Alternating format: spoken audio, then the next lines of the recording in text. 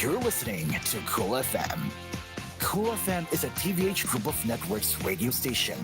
Tondo's greatest hits are here.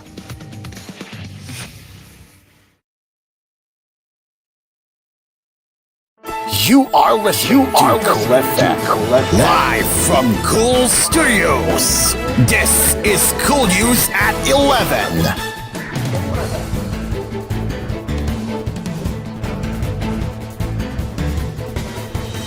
Good morning. This is koolNews at 11 a.m. I am Aspir, and let's get into the headlines for this hour. The Philippine Coast Guard rescued 8 fishermen on Saturday after the engine of their ruralized boat exploded at Bajo de Masilog, Panadak, or Scarborough Shoal. According to the PCG, vessels of the China Coast Guard and People's Liberation Army Navy initially tried to block one of its ships, but eventually offered to help in the rescue operations through the intervention of the PCG's all-female units, Angels of the Sea. PCG spokesperson Rear Admiral Armando Pililo said the engine of fishing boat Akio exploded before noon of Saturday due to a faulty battery. The PCG's PRP Sindangan MRRV 4407 was immediately directed to respond and assist the fishermen, 2 of whom sustained second-degree burns on their sinking boat some 31 kilometers or 70 nautical miles southwest of Bajo de Masilog. Badilo said the Sindangang then received radio challenges and also experienced shadowing and initial blocking by the Chinese ships. The CCG and PLAN vessels stopped shadowing our ship when they were informed by the Angels of the Sea on board about the humanitarian mission, he added. He said the CCG then launched 2 rigged pole and flat-above boats and offered to help the 8 fishermen of the Iko. In times of emergencies, the safety of life should always be our priority. The PCG and CCG communicated in a diplomatic manner and set aside issues of sovereignty in the spirit of humanitarianism, Badilo said.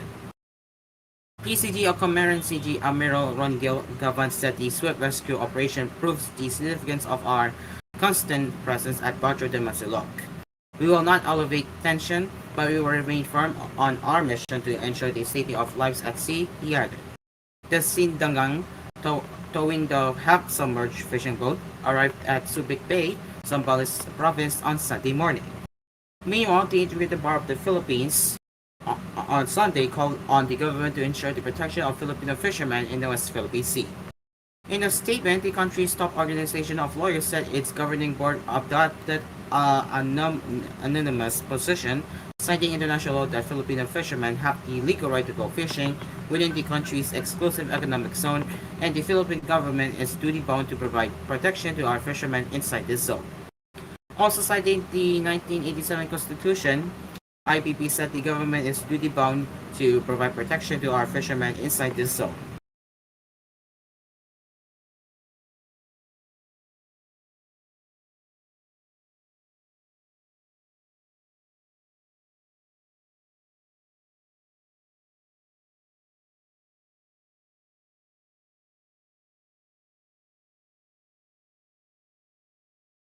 High fishing due to the overpowering influence of social media have led to the closure of the summer capital's oldest newspaper, shocking many of the regular readers of the Sunday publication. The Baguio Midland Courier, established in 1947 by respected Ibalois, the late brothers Sinay and Osio Hamada, announced in its latest Sunday edition and on the social media page that it would be publishing its last 3 editions in July after a 77-year run. The mission of its founding editors has always been to be fair, fearless, friendly, and free, which runs above the newspaper's masthead while delivering trustworthy and relevant news and information in this northern part of the country and in far away lands reached by its online platforms, the local newspaper said in a public statement on Sunday. But it is not spared from the worldwide trend where newspapers face unprecedented challenges, leading to a closure of venerable publications, it said, noting that it was still hopeful that new opportunities will arise, allowing us to continue our mission in different forms. Midland Courier has the largest circulation among Baguio's weekly newspapers, but it has struggled with high production costs that forced Baguio's only daily newspaper, Sunstar Baguio, to close in 2021, the second year of the COVID-19 pandemic. Sunstar Baguio was the first newspaper to be published in Luzon by Cebu Sunstar Network in 1995, and its former employees have been undergoing a labor consultation process with Cebu's business partners in Baguio over separation benefit claims. Learning about Midland's Courier's decision, former Sunstar reporter Malin Katajan said, "We hope the fates will be kinder to journalists and media workers of the Courier." Katajan added, "May they get their rightful separation pay and benefits from the company they served for many years, and may they also find in their hearts the means to reinvent themselves up to the closure scheduled for July 2022. July 22. Insiders said the benefits for about 30 employees, including their printer staff, have been worked out. Some of the workers at the printing press had served the newspaper for 30 years and were nearing retirement when they were informed about Midland Courier's impending shutdown, one of the Inquirer's sources said. The paper's closure would leave behind comparatively younger weekly publications, the Baguio Chronicle, the Herald Express, Northern Philippine Times, and Aminang Balita Ngayon. One of the newspaper's last acts was to ensure that Baguio newsstands would continue to operate up to its publisher, Gloria Antoinette Hamada position, and got the approval of the Baguio City Council at its June 24 session to extend the news vendor's special permits to operate in the downtown area from the previous 6 months to 1 year. Sidewalk vending has been prohibited on major city streets. Source said Midland Courier's owners had considered selling the newspaper that began circulation on April 28, 1947 with 200 copies. However, the family dropped that option after examining the negative impact a new owner may have on the paper's legacy, the same sources said. Sinai and Osio Hamada were the Japanese-Filipino sons of Josefa Carino, one of the daughters of Mateo Carino, who is celebrated for winning the landmark American Supreme Court decision in 1909 that recognized an indigenous Filipino's native title over his properties. Sinai is acclaimed in the literary world for the short story Tabanata's Wife, which was taught in high schools and colleges and was recently made into a 2018 movie. Oseo, father of the newspaper's current publisher, served as the business manager of the Courier, while Oseo's sister, Sarah Alcupo Afabel, served as its editor-in-chief until she died in 2012 at the age of 95.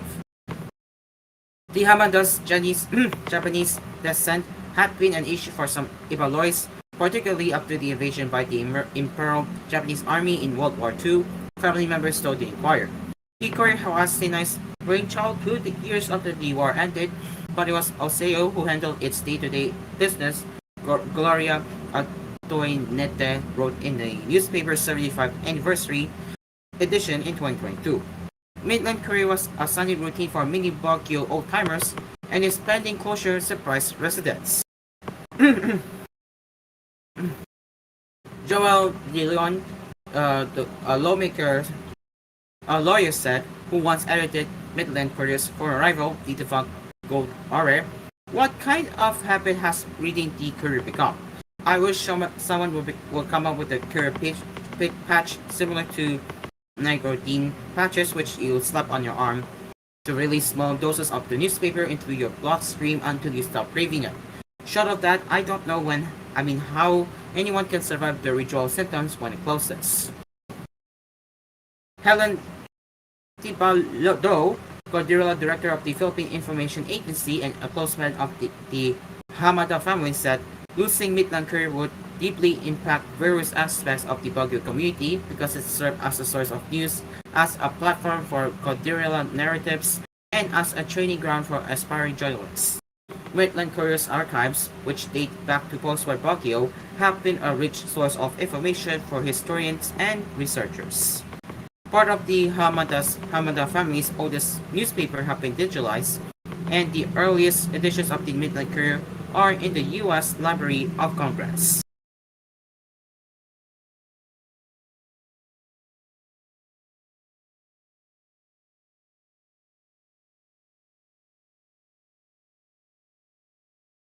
And see higher prices of cooking gas this month as all companies announce an upward adjustment for liquefied petroleum gas LPG. In separate advisories over the weekend, Solane and Petron said LPG prices will go up by 55 centavos per kilogram, or about 6 pesos per 11 kilogram cylinder. This adjustment takes effect today, which is Monday, July 1. This reflects the international contract price of LPG for the month of July, Petron said. Data from the Department of Energy showed that in January, retail prices of LPG in Metro Manila ranged from 920 pesos to 1,100 pesos per tank. It is now 11:11 in the morning, and we will be right back for more headlines right here on Cool News at 11 a.m.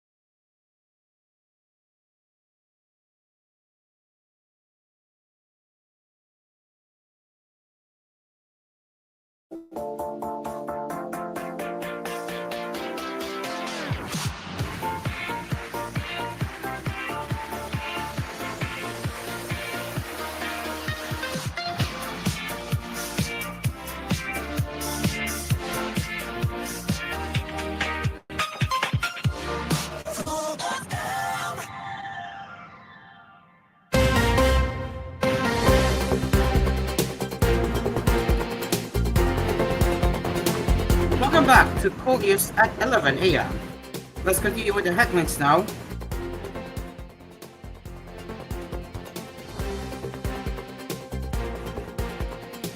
The landmark Sofitel Philippine Plaza Manila officially shuts down on Monday after 46 years amid safety concerns and an escalating labor dispute. The hotel, last managed by the multinational tourism company Accor SA, under its Sofitel brand, bid farewell on its Facebook, thanking guests for memories that have left an indelible mark on our hearts.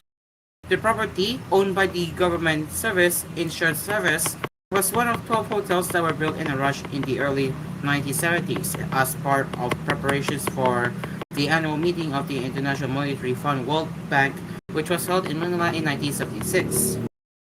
After the IMF WB meeting, management of the hotel was contracted to the global Starwood hotel chain and was known as the Westin Philippine Plaza until 2005.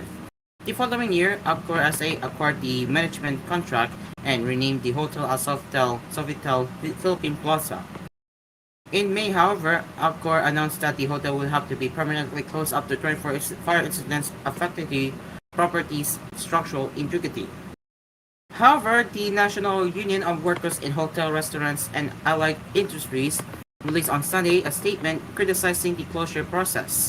According to the union, Philippine Plaza Holdings Incorporated, the hotel's owner, terminated over 1,000 of the hotel's employees due to the closure.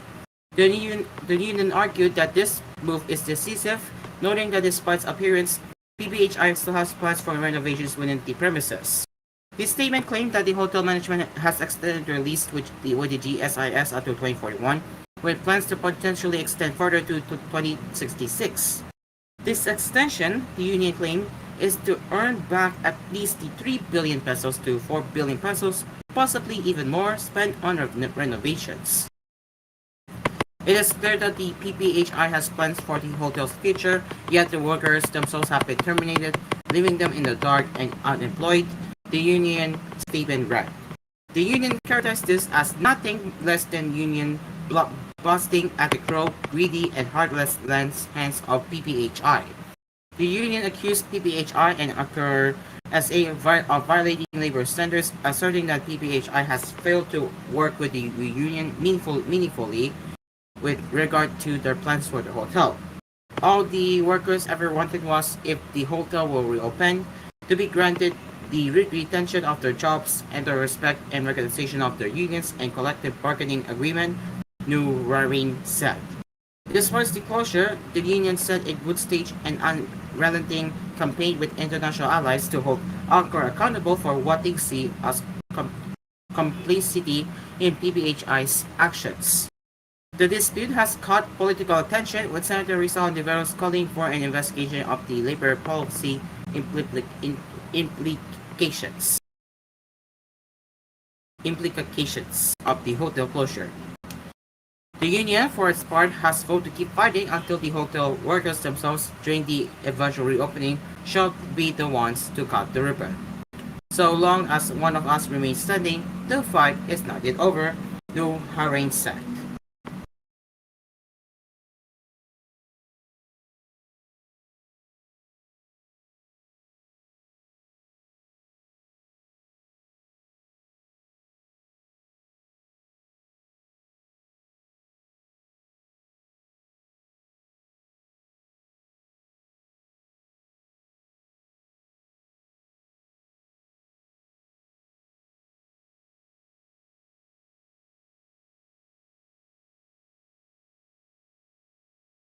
Inflation likely stayed at 3.9% in June as lower electricity rates could have softened the impact of more expensive food items and weakening peso. An inquiry Poll of 10 economics yielded an average inflation forecast of 3.9% in June, unchanged from the previous month's print, but still lower compared to the 5.4% seen in June 2023. The median projection also settled with the 3.4 to 4.2% forecast of the Bangko Sentral ng Pilipinas. However, both forecasts from the Inquiry poll and the BSP show inflation settling at the upper end and even surpassing the government's 3 to 4% target range. Re-reckon is the turn of non-food consumer price index elements that could supply upside surprises and restrain disinflation from accelerating. Ruben Carlo Asuncion, chief economics at Union Bank of the Philippines, said in a Fiverr message. Asuncion projected inflation in housing and utilities to accelerate starting in June to 1.7% year-on-year to about 3% in August to September.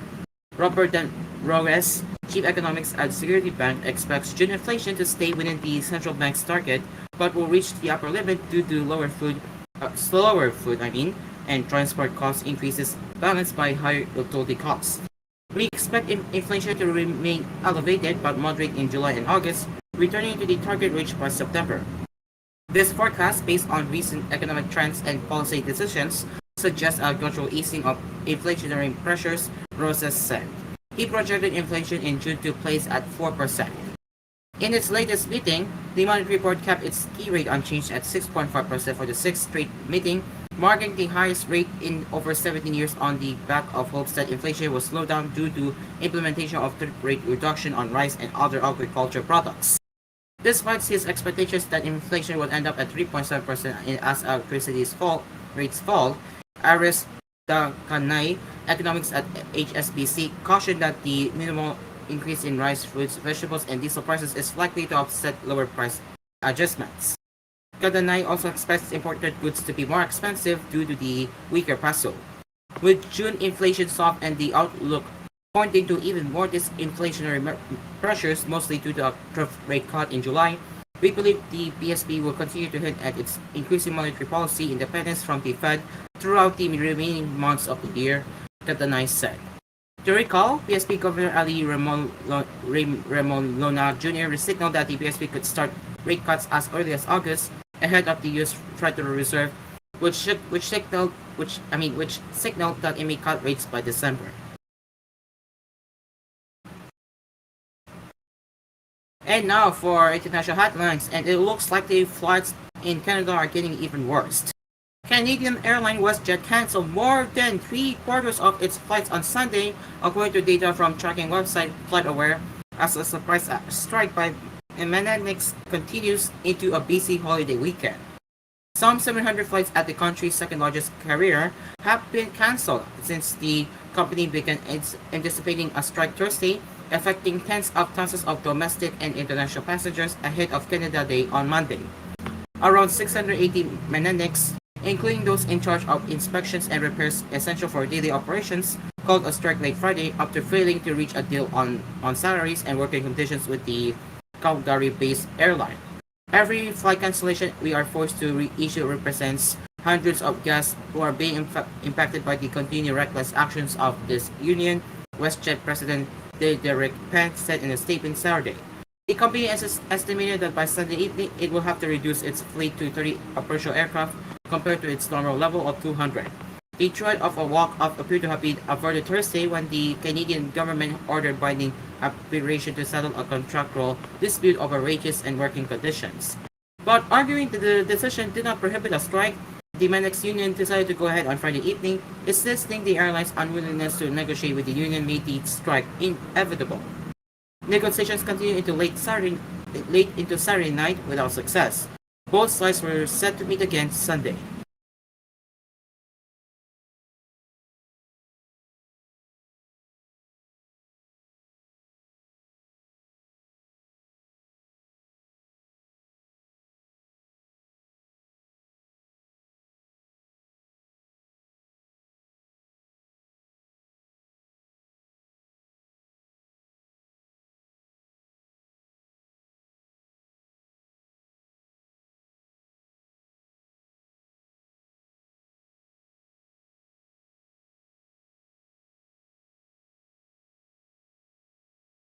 Fair Storms and torrential rains that lashed France, Switzerland, and Italy this weekend have left at least 7 people dead, local authorities said on Sunday.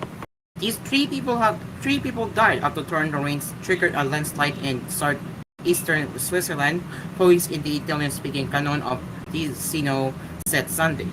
Elsewhere in Switzerland, a man was found dead in a hotel in Gasgrun in the southwest canton of Valais, police said, adding that he was probably taken by surprise by a sudden rapid rise in floodwater.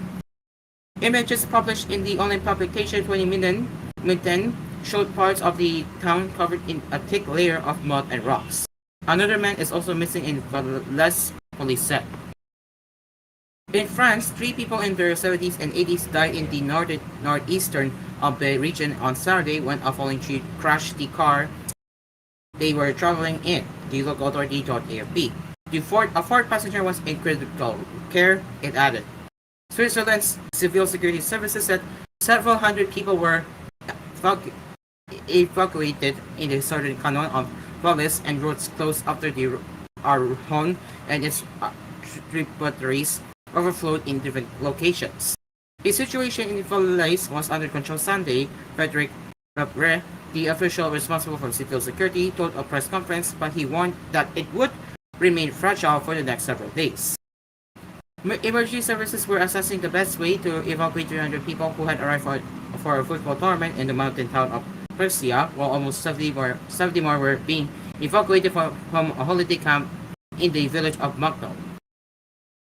The poor weather was making rescue work particularly difficult, police had said earlier, with several rallies in the southern cantons of Ticino and Valais near the border with Italy, inaccessible and cut off from the electricity network.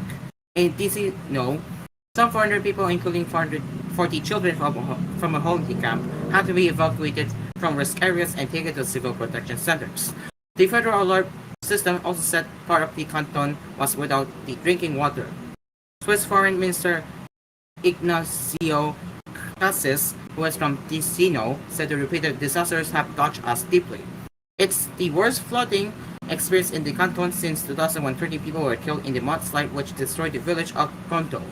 Scientists say climate change driven by human activity is increasing the severity, frequency, and length of extreme weather events such as floods and storms. And that is it for koolNews at 11 a.m. As always, we will be back with more headlines later with koolNews at noon, 4 p.m., 6 p.m., and koolNews Prime Time at 9 p.m. Until later at noon time, I am Aspir, and this has been koolNews at 11 a.m. Have a good morning, stay safe, and take care. And again, we will see you later for more headlines at 12 noon. Goodbye for now.